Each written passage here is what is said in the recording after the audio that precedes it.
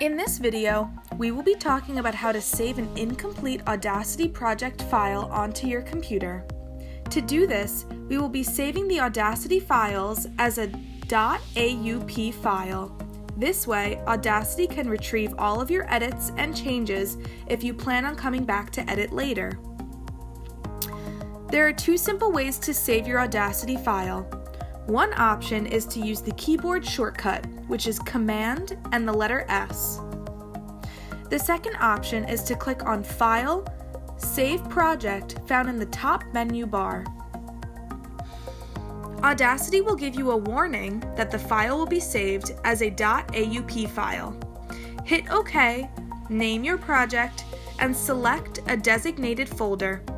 The project will be saved as .aup and will be brought up on Audacity whenever you choose to open it.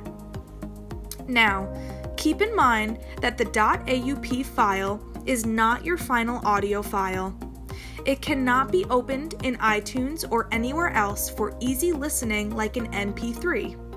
This is because it is still a draft, enabling you to revisit the Audacity dashboard to further edit your audio tracks. It is strongly recommended that you save your files as .aup prior to exporting to ensure a backup file in case you want to edit your audio files later. Furthermore, you should keep all the original audio tracks used to create your project together in the same folder. Audacity maps the files you use to Project in Progress, so it's important to keep files together so that the program can find all of the component files the next time you open up your project to work on it. Thanks for watching. Make sure to check out our other video tutorials.